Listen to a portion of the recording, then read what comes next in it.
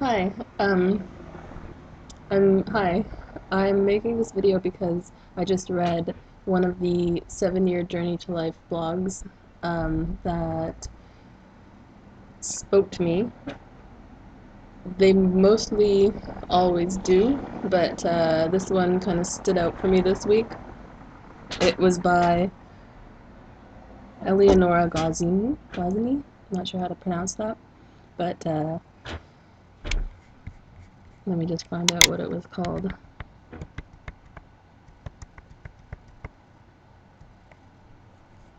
Rock bottoming as a way of life.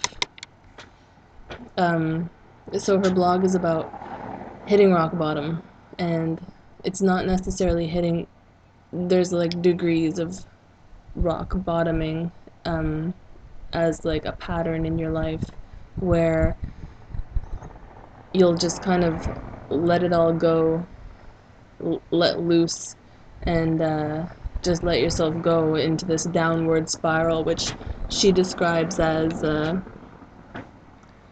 spinning out of control in carelessness and self-hatred culminating in self-disgust until I stop, which I found summed it up pretty nicely, at least in terms of what I've experienced in my life to varying degrees.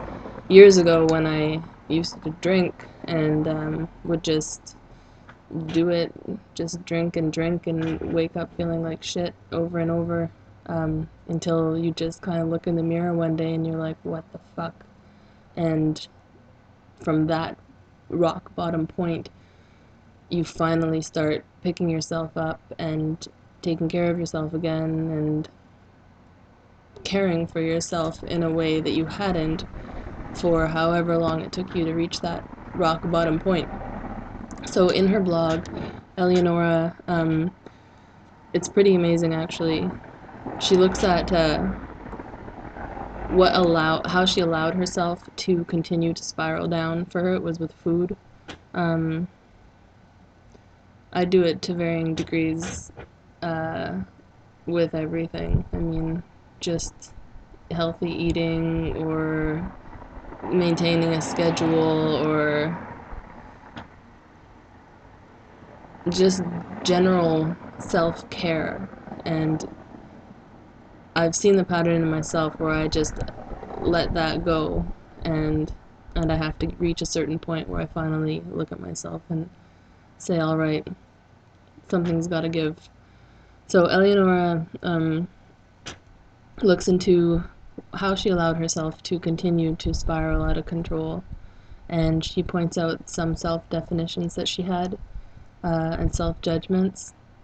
She calls herself out on embracing rock bottoming because of the reward or achievement she would experience by climbing back up, which is a really cool observation because the whole rock bottoming process is like you can just continue to spiral out of control if you hold on to this idea that, oh well, when I hit rock bottom there'll be no, I can't get worse off than that, so I'll climb back up. And then there's like this feeling of achievement for pulling yourself back up, which is like, it was unnecessary to get to that point in the first place.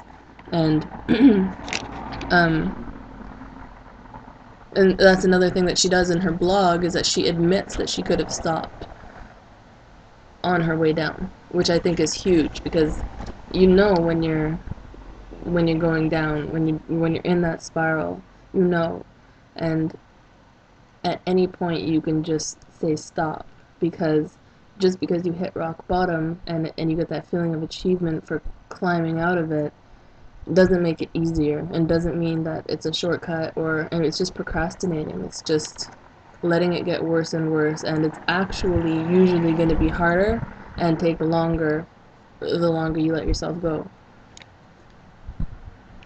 She also calls it what it is, which is self-abuse, because if you're participating in something that you can stop but you don't, then that's deliberate self-abuse, because you're making that direct decision to not stop and to instead continue until you get to the point. And some people get to the point and they can't climb back out. I mean, how many times do we put ourselves through this and what's to say that one of those times we're not going to come back out of it? It's just going to stay that way. That fear is not a good, it's effective, it's an effective motivator, but it's not a good starting point for taking care of yourself and accepting yourself and stopping judging yourself. I mean, that's what the starting point of the directive decision to pull yourself up and out of a downward spiral should be. It should be calling yourself out on the self-definitions and self-judgments that allow one to abuse oneself in such a way, and calling oneself out on the excuses, admitting that you can stop and then actually stopping, and bringing yourself back up to a self-directive living where you decide what you're going to do in every given moment instead of giving into this cycle. The last thing I want to mention is that she admits in her blog that she uses food to suppress herself, and that's also a really cool thing to admit. And I think if you experience the pattern of spiraling down until you hit rock bottom, this blog is really cool because she really confronts herself in self-honesty, meaning she calls herself out, she calls it what it is, she just lays it all out on the table. And when you do that, it's kind of hard, it makes it harder to justify allowing oneself to continue on in such a way, and instead empowers one to make the stand, to be the directive principle, meaning to be the one who makes the choices and not the automated default mode autopilot that we tend to go into when we don't think about what factors lie behind our actions. So I'm gonna post the link to Eleonora's blog, the specific one that I read,